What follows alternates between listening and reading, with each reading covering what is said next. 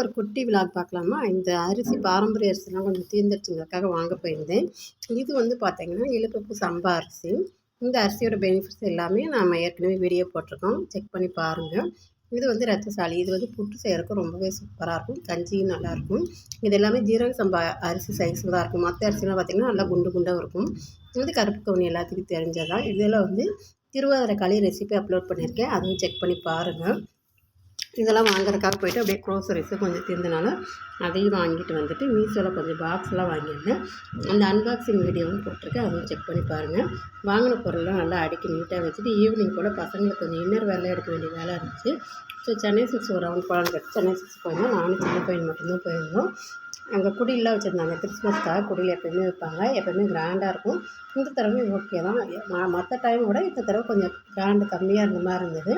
அப்புறம் சின்ன பையன் அங்கேயே நின்று ஒரு ஃபோட்டோவும் எடுத்துக்கிட்டான். இந்த விழாக்கு இதோட முடிச்சுட்டு இன்னொரு